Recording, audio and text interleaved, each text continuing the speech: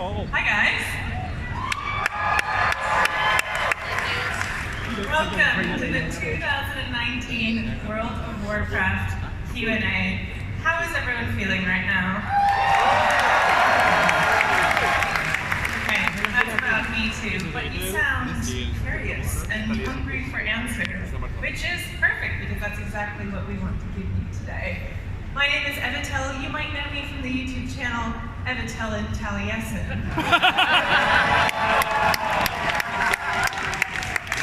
And it is my absolute pleasure and honor to be on stage here today. So, World of Warcraft has played a huge role in my life, as I'm sure it has for many of you. I mean, even though I've only really played it for 10 years, so I'm a Cataclysm baby. My husband is a Wrath baby, and we're looking forward to welcoming our own Shadowlands babies.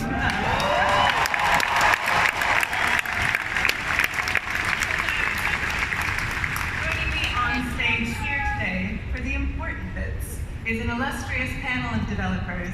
These are all familiar faces, but if you could all please introduce yourselves. I'm Steve Deduzer. I'm the lead narrative designer for World of Warcraft. on World of Warcraft. I'm John Hike, and I'm the executive producer. Game House and Hostess, game director. Eli Cannon, art director. It's not just me and the developers here today. While I didn't actually meet my husband playing WoW, I did use it to woo him. Specifically, bringing up my very high level 85 Night Elf Hunter on our very first date, and using that to lure him back to my place. Speaking of him, actually, there he is, my very own pocket healer with the mic, Taliesin.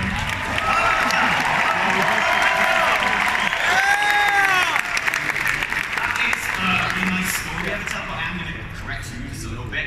Mum, it was the 5th date. Might have even been the 10th. I still feel bad about that. But no, I'm really excited to be here for this super special occasion. Special because they've actually let me this close to Ian Has Process.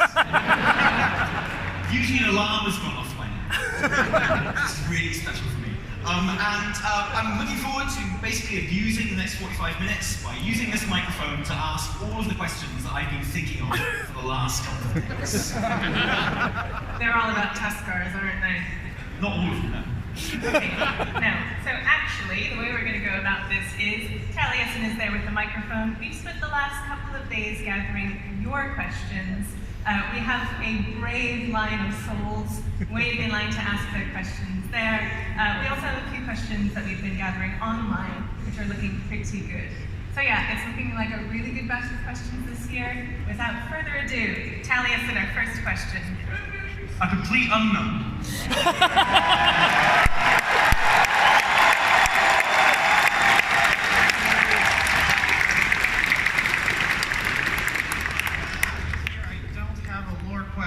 All the ones I could think of were about Shadowlands in ways that I don't think you could answer without saying it's a spoiler. But I really do like allied races and recruiting them, so I thought I'd ask a question about them. Heritage armor is really neat, but it's not as interesting as the heritage armor for regular races in terms of how you acquire it. And with the leveling changes, does that mean we might see a difference in how heritage armor is gotten, at least at a different level? So first, red shirt guy, welcome back.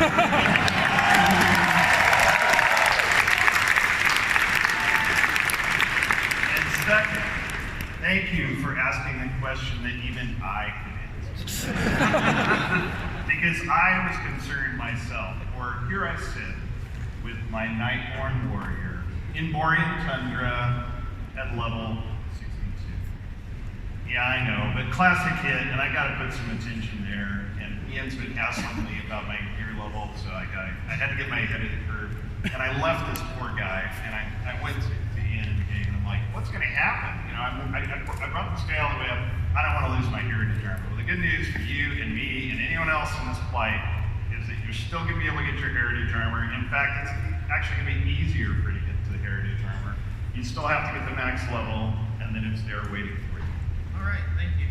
I also hope that we get to see more allied races in the future, especially since we're meeting 4 races who we're allying with that also happen to be based on player skeletons. You never know. We'll take that under advisement.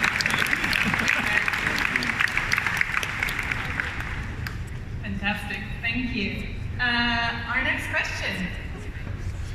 Hello. So I was wondering, did the jailer in the mall see the Legion as a threat, which explains why Sylvanas worked with Varian? All right, that's an interesting question. So yeah, obviously we've seen Sylvanas through the course of Legion and that intro cinematic, right, when the airships and everything, she's kind of giving Varian a hand. So as we get into the Shadowlands, we're going to be finding out a lot of Sylvanas' motivation and what the nature of her relationship with the jailer is and when it started. And we'll find out that it actually dates back quite a bit earlier in the timeline. You may be familiar with a story called The Head of the Night, which Sylvanas leapt off the top of Ice Crown. And you saw part of the story there, but that was kind of the start of her interaction with the jailer. And as for why Sylvanas would lend an arrow to aid Varian, there was a long-term strategy where Sylvanas needed to get into a position where she could take over the mantle of war chief. And she couldn't do that if she was aggro and everybody was against her. So she had to bide her time, and now we're seeing the fruition of that in Shadowlands. Okay, gotcha. Thank you.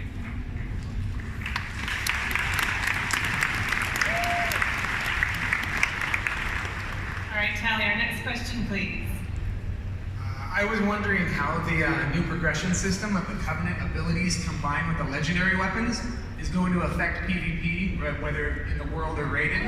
I don't want to be forced down one of the Covenants because I like that aesthetic. When the min-max, I have to go with this one.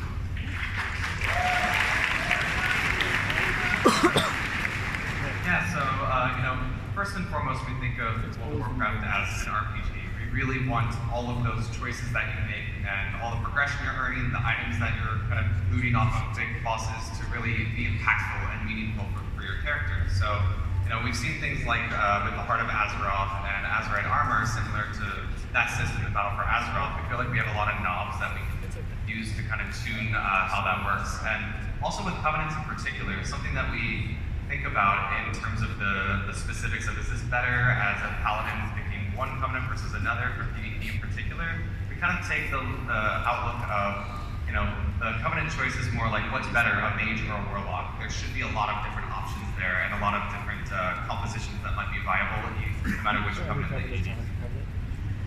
Yeah, the Covenant power-wise, right, is the active abilities, and it's also the soul binds, their trait trees, and much more. It's the net effect of all of those things combined. As Morgan was saying, there's a ton of tuning knobs. But yeah, as we've seen, our starting point is always everything should work in PvP. We don't like to jump straight to disable them. But if we need to, because the only alternative would be watering the ability down to make it not a balance problem, then often, we will make those exceptions, and that goes all the way back to, 13, 14-year-old philosophies where Curse of Doom back in classic days couldn't be cast on other players because it would literally one-shot them. In War Mode, it's still going to be enabled in Shadowlands, right? Yes. Actually, I've got a PvP question as well. Go ahead. So I did a lot of PvP in BFA because of War Mode, which I think is one of the coolest things in the game. And BFA is all about Horde versus Alliance, and I think it's quite clear that Alliance won the war. The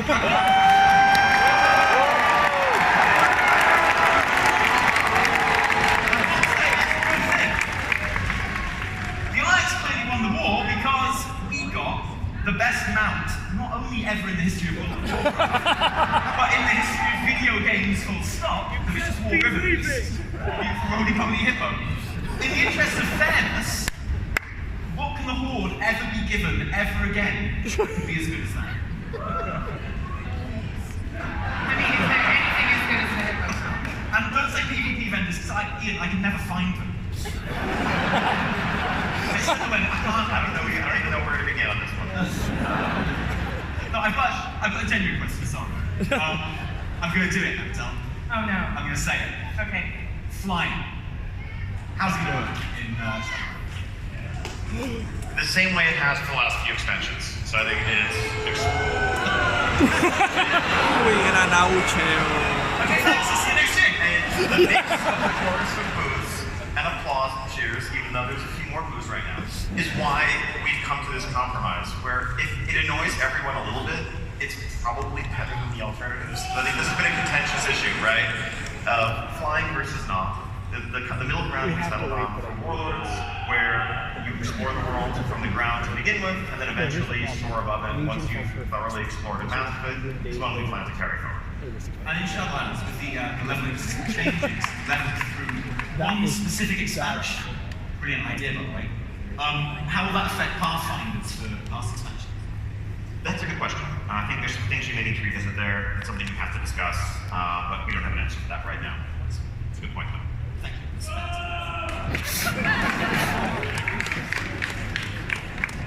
In World of Warcraft Classic, will we ever receive a toggle for the HDB models? That's a very good question. So the initial reason for HD models was really to increase the fidelity of the character models so that they match more closely to the world that we come to know, right? As the years have progressed, the fidelity of all of our textures, our models, and generally the world improved so much that the characters really got left behind, and there was a fairly extreme disparity between the look of them. So it was really an effort to not only improve the look and the feel of the characters, to push the game forward, but also to decrease that gap between the look of the two worlds. So with Classic, we're really trying to stick to the original vibe of the world.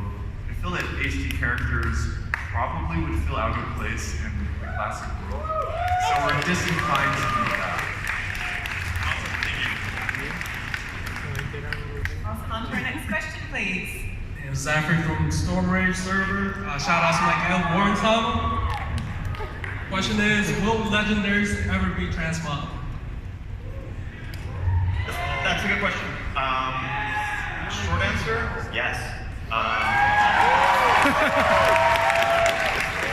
Yeah, honestly, I think when we first put the transmog rules in, way back in late Cataclysm, they were very restrictive, right? We restricted silly items that have since been allowed. And back then the idea was, well, these legendary weapons are the coolest looking weapons in the game. You can transmog your Thunder Fury, you can transmog your Atiyash, whatever. People will be walking around only using those, and it's going to make them feel less legendary. Many years later, there's a lot of really cool appearances there, and I don't know that there's a reason to continue to restrict that. So, can't say exactly when, but very soon. Transmog your Thunder Fury,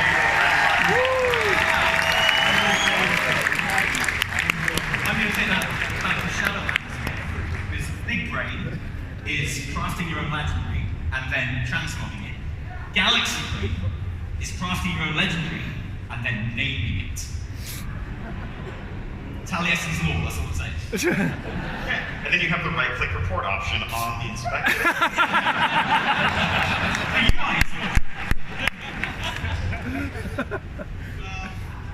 What is the creative process when you choose to an expansion theme? And maybe more specifically, what do you guys do for Shadowlands? Yeah, that's great. I think everyone should kind of chip in on that because we all have a different role to play.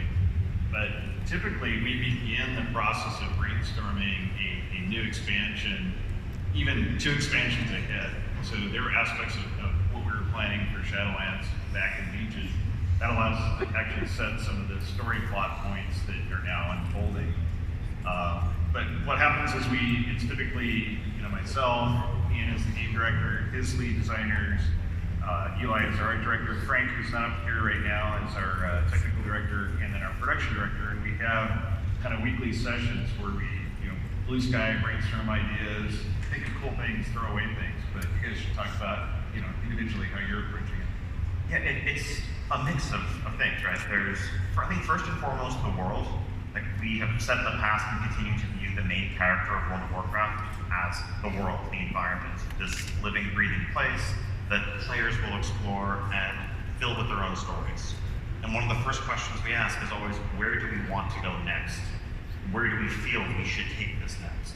And often the story may twist and turn in ways to get us there, right? I think we certainly weren't perched on the edge of a precipice coming out of Mists of Pandaria, where it was super obvious, well, obviously the story has to lead us to ancient Draenor in an alternate universe.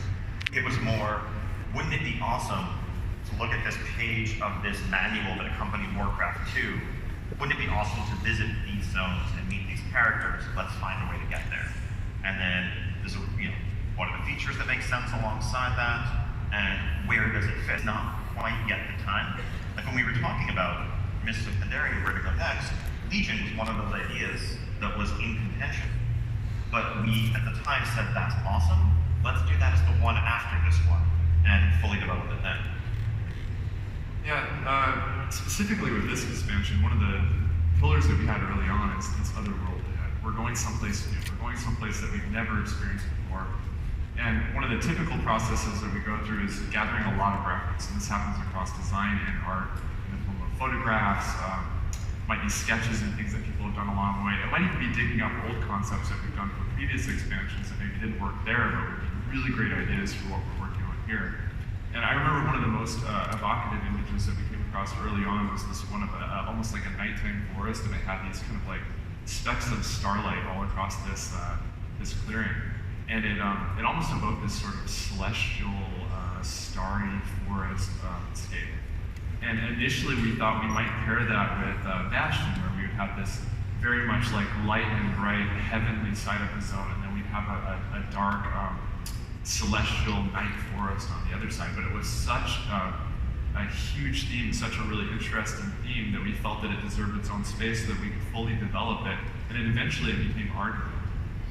But those types of things happen very often, that we can just really get an interesting idea and it will drive narrative, it'll drive themes across the expansion, and it can be something as simple as just one image. Have you ever actually named an expansion before you developed it? Actually, what's funny is that we're so sensitive about names getting out, and luckily there are never any leaks.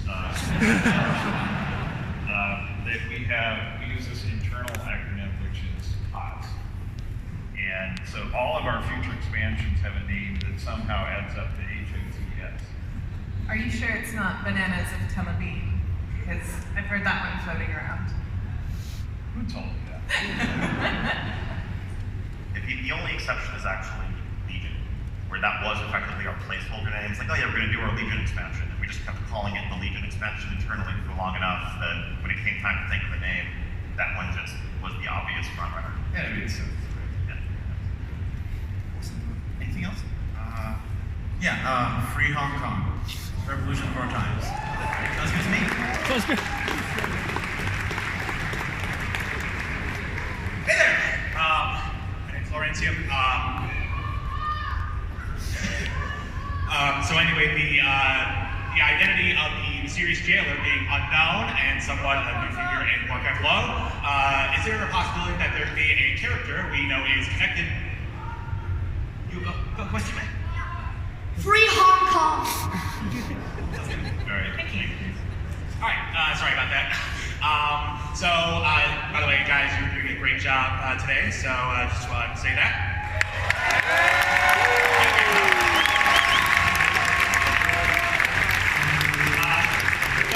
Basically the question is regarding the identity of the mysterious jailer. Is he someone that we know is connected to death, say, for example, Argus the Unmaker, or Argus the Unmaker, Guerzala, or maybe Elia?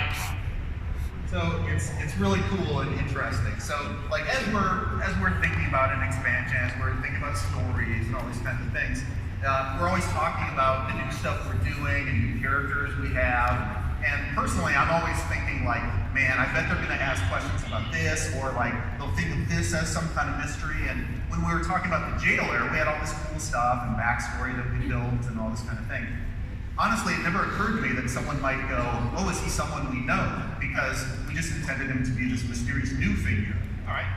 So he's not someone that we've met before, but we'll find out that he's an important part of the cosmology of the Warcraft universe, and that's one of the big themes of the Shadowlands expansion is kind of taking what we've known before about our cosmos and how the universe around Azeroth works, and kind of applying that to this whole new section of the cosmology chart that we didn't get to explore before. So his role will be important, but he's not going to be someone we know, although we're going to see a lot of figures that are familiar with that are either aligned with him or in some cases opposing him in the story. Are you going to be present a lot? Like Arthur-style present? Yeah, the jailer is the one whose conspiracy, the ties he has with Sylvanas, the things that he wants to do in the universe, that's driving the core of this storyline. So he's very much the centerpiece villain of this expansion. I feel like you've just closed a lot of doors on speculation. That's our job. That's what we try to do. All right. Well, thank you so much. Thank you. Happy Blizzcon. Next question, please. As part of Azeroth being scrapped for 9.0, what will become of all of the rank 4 essences that we've collected? Oh, you've got rank 4 essences. How many have you got? Yeah, me too. Did you say enough? Yeah, so with the Heart of Azeroth, we're going to try something a little bit different this time. We're not going to deplete it. If we're all familiar with our artifacts, we held it up in front of Sargeras' sword and kind of helped close that wound which depleted our artifact. What we're thinking is more, as you move into the Shadowlands, the connection to your heart is a little bit weaker. So the essences and the Azerite powers won't be functional, but you'll still have them, right? You'll still have that, like, everyone's got their little time walking set that they put on all their cool stuff. You said no Grimar, it'll still be functional there. But that's kind of the approach that we're thinking that we'll take for that. Awesome, thank you, appreciate it. Next one, please. Oh my goodness. Hi. What are some of the other customization options that we can look forward to for our WoW characters? That's a great question. Customization is obviously something that we've been talking about for a long time, that you have been talking about for a long time, and we're really happy to finally be able to do something about it. So one of the other races that we're working pretty heavily on right now is Blood Elves. You can see more than 40 additional customizations for them across panels. Additionally, we showed some examples of the races that we work on currently, Wildhammer Dwarves, for example. We also showed some examples of humans. And I want to reassure everybody that was just a small sampling of what we're going to offer. Specifically in regards to humans, we want to offer a diversity that really represents what you can find in the real world so that you can truly represent yourself in the game and really find that character that speaks to you, that represents you as a person. I'm extremely happy to do this finally, and we hope that you all enjoy it.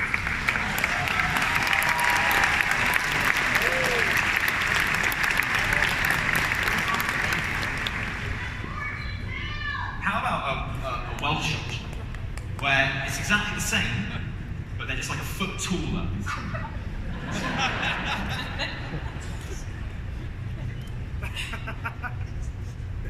Alrighty, next. It's all good, we did it. Next question. I play on a pretty small to medium pop server, and it kind of makes it hard to get excited about Shadowlands because there's not very many people to play with sometimes, especially when we're trying to do mythic or high-level PvP. Are we ever going to see any more realm connections or anything in that manner to help improve the experience of people who play on small to medium pop servers? Yes. Yeah, that's something we absolutely need to do. We have the cross-realm grouping and all of that helps with a lot of our gameplay. It's not an adequate answer if you're looking to do mythic rating, if you want a server economy that can support that and other things. And I think we haven't taken a look at balancing out realm populations in the recent past, and it's something we need to do very soon. And I can't give you an exact timetable, but genuinely, it's a topic that I'm going to bring up with our server team and see what we can do within the next week when we get back to the office. I'll bring it up within the next week. And then, wow! Sorry. Awesome, thank you. Meanwhile, half our server team has a heart attack watching this.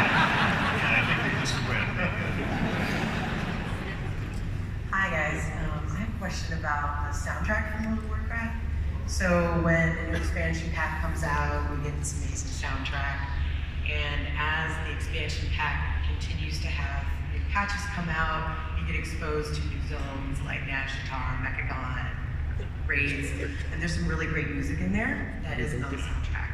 So have you guys ever considered releasing additional digital tracks, etc.?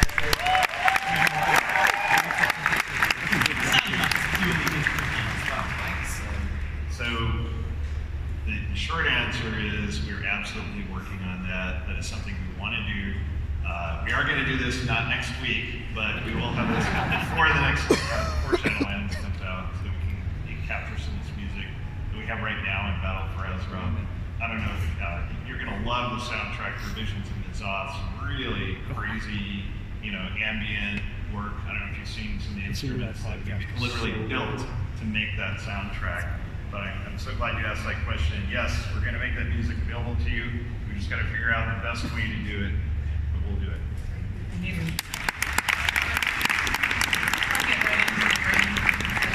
I take a quick poll? How many of you guys actually play with the music on? Honestly, sometimes I just go to Grizzly Hills and sit there. And it's like, really happy, right? That's the way about the goods and tell the builder that I'm not allowed to play with the music on, so I can hear you shouting at the real sound. So I'm glad you enjoy it. I was just wondering, lore-wise, who won in Stromgarde and Darkshore? Yeah, so our warfronts for Battle for Azeroth, right? Well, the Battle for Azeroth is still going on, but we're talking about Shadowlands, so we're looking to the future. So, again, you can look at this as what's going to happen, but canonically, the Alliance comes out on top in Stromgarde and...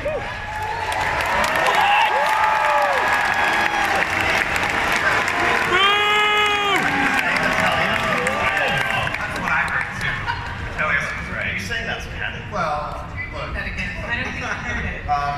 Thanks, Steve. As much as it pains me to do something that makes you happy, we've got to do what's right for the story, and those are just some key old Alliance locations, and that's just what feels right for them. Thank you very much. I wanted Darkshore. I wasn't going to do this, and I'm not going to do it, but why don't you just say what faction you're going for at the same time? 3, 2, 1. Yeah, me too. Sounded like our raid group chat. Hello. With the faction war settling down on both sides, would you consider loosening faction restrictions on grouping with your friends, perhaps using cross-faction to allow raiding? I promise this wasn't the stage because the last 30 seconds could not have been a better setup for this question. They went from yelling at each other to now wanting to play with each other. I understand you're trying to recruit to do hard content. You meet a friend who plays in the opposite faction. You want to play with them, and it would make things easier in many cases if you could.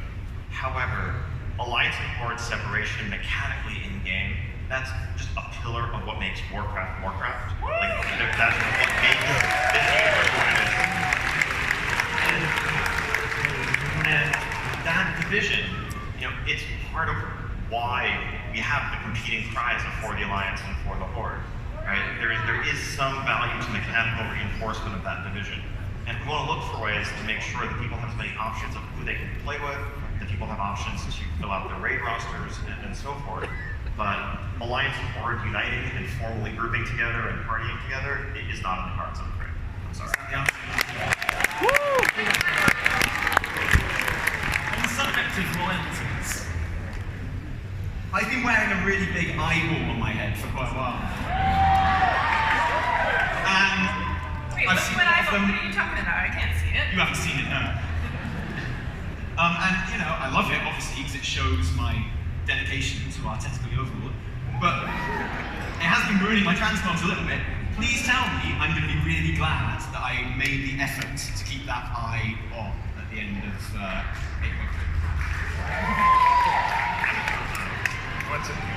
Aren't the Whispers of Insanity their own reward? They're goodness in pursuit of some imagined treasure. Yeah, just eat yourself and see what falls. Hey guys, so obviously my question is about Classic, naturally. With Classic, I'm having a great time, my friends are having a great time. But I know some people who maybe might want to see the possibility of either a Burning Crusade or Wrath of the Lich King server. Is that something that the team is taking into consideration for the future? Okay, show of hands, how many people would like a Burning Crusade? Hold on. I'll get right back to you. How about Lich King? That's interesting. You want us to skip the Lich King? Anyway, obviously we can do this. We've done it before. But we got to be really careful about how we proceed. You know, we established Classic with no changes in mind. However, the reception from all of you has been so incredible, and I mean, literally, you blew us away. We had no idea. We knew it was going to be big. We had no idea it was going to be this big. And we would be super thoughtful on the way that we progress. We know that some people probably didn't sign up to go on the Burning Crusade, or maybe not on the Lich King.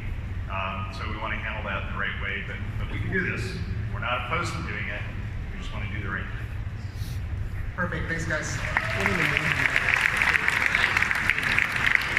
That's an amazing non-answer. Hey guys, after the Magara orc scenario, whenever we went to that, whatever happened to that alternate Draenor? And more importantly, are we going to run into the Lightbound, specifically Yrel, at any point in the future?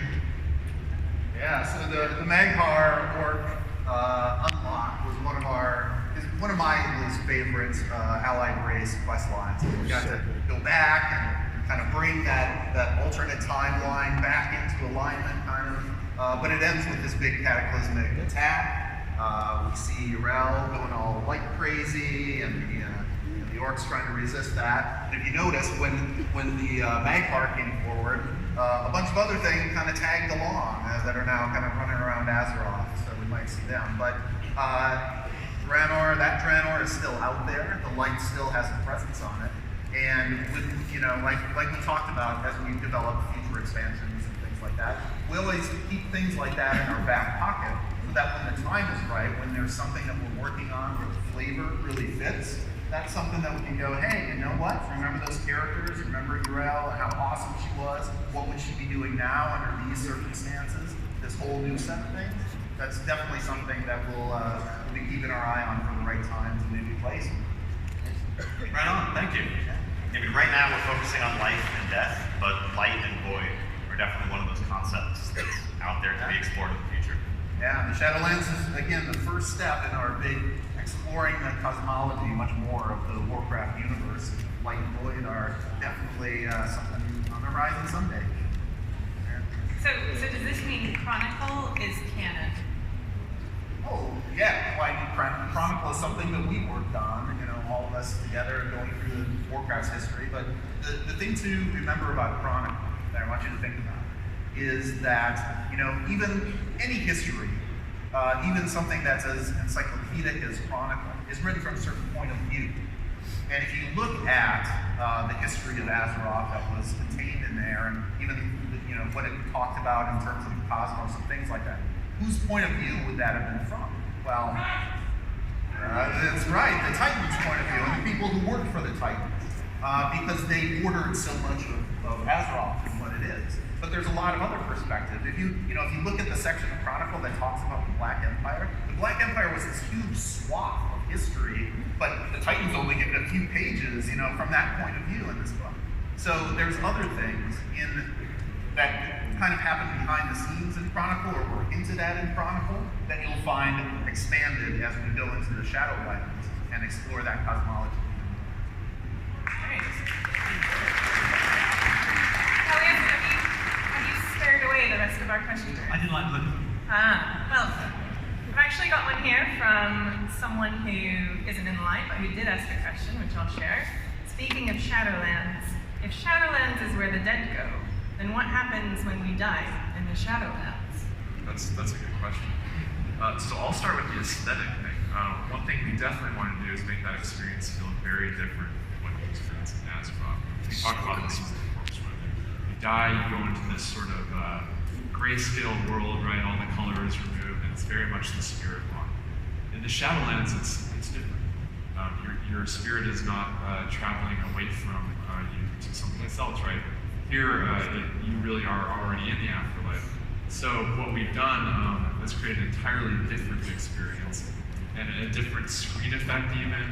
We have just a different paradigm really. And I think you can probably talk a little bit about the narrative for me. Yeah, so from a story standpoint, our characters as they've adventured through the game from vanilla all the way through Battle for Azeroth, when we die, the screen goes kind of all gray and there's whispery stuff and wispy clouds and all that kind of thing. So we were kind of skirting the edge of the Shadowlands. And spirit healers are part of the Kyrian covenant. That's one of the jobs that the Kyrians have, is to send their watchers out into the mortal realm and to look for souls, mortal souls that are on death's door, and then look at that soul and say, is that soul ready to cross over into the Shadowlands? Or is there something tethering? Is there something holding on to it? Now that could be a number of different things. It could be one of the other cosmic powers has tethered it for some reason. But in the case of our heroes, there's something else. It's our connection to Azeroth that's kind of tethering us. And so we always get nudged back into life. But when we're in the Shadowlands, there's still that power pulling us. Azeroth still needs us. She still needs us to fight for her. So while the aesthetic will be different, the story behind it is very much the same. We get nudged back into life so that we can continue this fight to save the Shadowlands and ultimately save the cosmos from this power that wants to unleash itself upon it. And when does Azeroth get born? But we still corpse run, by the way. Oh yeah. Yeah, and if you want to experience the aesthetic, play the demo. It's on the show floor and it will give you a first glimpse of what we're planning to do. I can confirm, we played the demo, and for science, I messed up my keybinds, and we did die quite a lot. And it's exactly as you explained. Did we die, or did you die? It was good. Yeah. Well, that's really brief. For science. Thank you. Yeah. Better question, how do you die in the afterlife? I was disappointed I didn't appear in the mall, in fact. And actually, I'd like to ask a question about the mall. We learned a lot more in the deep dive today, particularly about the mall and the tower, which is the sort of gameplay center of that. How much of the tower do you envision the tower being a part of your gameplay at max level? Would you say it takes up the majority of your gameplay, like say a horrific vision, or is it less of that? I think it's going to vary from player to player. I think that it's an activity that is designed for all players. That's part of why we made this an activity that can be done solo as well as with a group, because we know that if something requires a group, that inherently excludes some people in their playstyles. We're also excited to be able to offer a challenging solo progression experience, once again, since the Mage Tower back in Legion. But there's going to be a range. I think you'll get some significant benefits. We tend to have diminishing returns, where maybe everyone wants to do at least one run a week or a couple of runs. But as we see with, let's say, the Mythic Keystone system, many people do their one run and stop for the week. Others grind out dozens of keys every week because it's just a ton of fun. There are rewards to be earned there, but it's the activity they most enjoy doing and proving to themselves how high they can go. And maybe we'll have leaderboards. We're excited to see the potential and the possibilities of the system. I like the idea of saying how high you can go. Can you win? Eventually. I mean, that's honestly, we're still deciding that. Right now, our thinking is that it is sort of an open-ended system, kind of like Mythic Plus. Like theoretically, there's a maximum value entered in a database somewhere, but if you reach that, you're probably cheating and we're probably going to ban you. This is so far beyond what should be accessible. Because I think we want to make sure that no matter how good you are, there's always one step further to prove yourself against, to test yourself against. So the tower sounds great, but I have to admit my kind of core quest in Shadowlands is going to be to find out what the little owl people are in Bastion and befriend them. And then cosplay as them, right? And then cosplay as them. That's always the next step. I believe the Owl people are actually one of the soul binds for the Carrion Covenant, so if they're jam, got you. It's good to know. We have a question actually from our friend Hazelnutty, who asks, with mech gnomes wearing armor leglessly, does that mean there's a possibility of playable races with more or less than 2 legs? So the decision of playable races is always really particular to the story that we're telling. So it's not to say that we will do it, not to say that we won't. If it's appropriate for the story we're telling, the places we're talking about, the people we're talking about, maybe. And I think you can yourself up for some incredible armors. Oh yeah. But I think that experiments and actually we've begun some new tech to make mechanomes work that opens avenues that could let that be possible in a way that it might not have been if it makes sense for the story and the rest of the game, which is always awesome to see. On the subject of gear sets as well, I read an interview that you've done here at Blizzcon saying that tier sets would not be coming back next expansion. Is that true?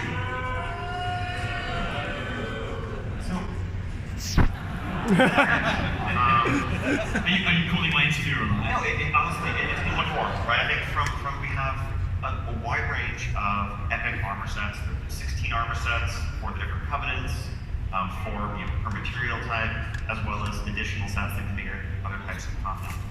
We definitely, there's no question that we are going to get back to class-themed armor at some point. It's not going to happen in the initial patch of Shadowlands, but there is too much fantasy there and too much desire on the part of our team, on the part of the community to continue to explore that for us to leave that by the wayside for too long.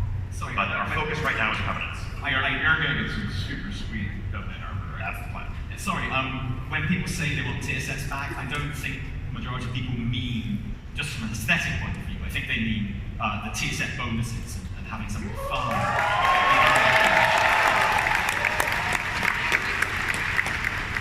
It gets me there, at least doing all the parts. Possibly that's more likely in some ways. I think that the challenge for us that also led to us moving away from them is having it feel like a long-term goal.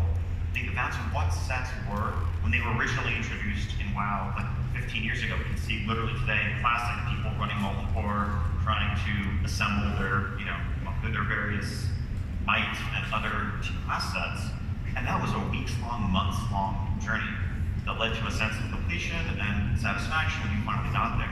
Over the course of the years, as loot quantities increased, as with multiple raid difficulties, by the time we got to, say Warlords of Draenor or Legion, it was very common for players of a wide range of skill levels to be completing their entire sets within the first, third quarter of the tier. In some cases for high-end raiders, literally like week 3 of a 6 or 7 month tier. And then at that point, the set almost became a prison, to maybe exaggerate a little bit.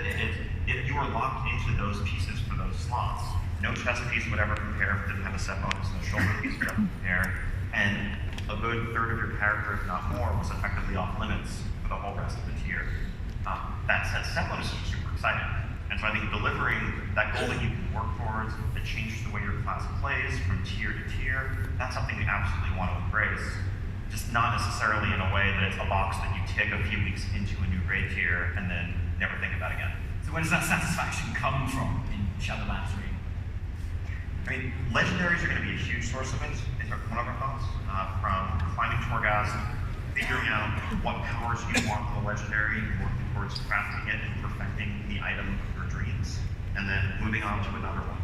And sets in other forms, we've had smaller 2 and 3 piece sets that we continue to make for our raids and dungeons, recently seen in Mechacon Dungeon and elsewhere. That's something we're going to keep doing. We want to continue to expand upon. We definitely have heard the feedback and very much so agree that their sets were a really big part of what made raiding compelling, right? There was something that you were constantly chasing. There was a unique reward from a raid, and that's something that we know moving into Shadowlands, we're going to look for opportunities there. With legendaries, like you mentioned, they're a really big part of what we imagine you'll be wanting to chase in Shadowlands, and professions and crafting those legendaries will be a part of it. And example I love to use is when you got Sulphurous, that wasn't something that you only crafted. You had to go kill Ragnaros and get the eye to then craft that legendary weapon, right? That's a really cool thing that we could explore further. Cool. I'm looking forward to it because I think it's sad in a way because you know, the raids in BFA were so good. Eternal Palace and Desire Law are awesome raids.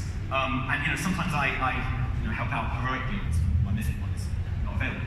And for the first time ever this expansion, I only killed each final boss twice. And I was done. I had nothing else to be farmed. Which is a real shame, because those raids were awesome. We hope you have a reason to kill those off more than a couple of minutes. Yeah, so you're going to want to kill them more than a couple of minutes. On that And since you never die, you're going to get a lot of opportunities. On that note, I'm aware that we have run a little bit over our time. This conversation has been brilliant. Thank you so much to our developers, to our people asking the questions, to all of you in the crowd as well today. I'm really looking forward to continuing this conversation, answering the rest of these questions, and carrying on these conversations throughout Blizzcon today, throughout the community, and yes, on the forum.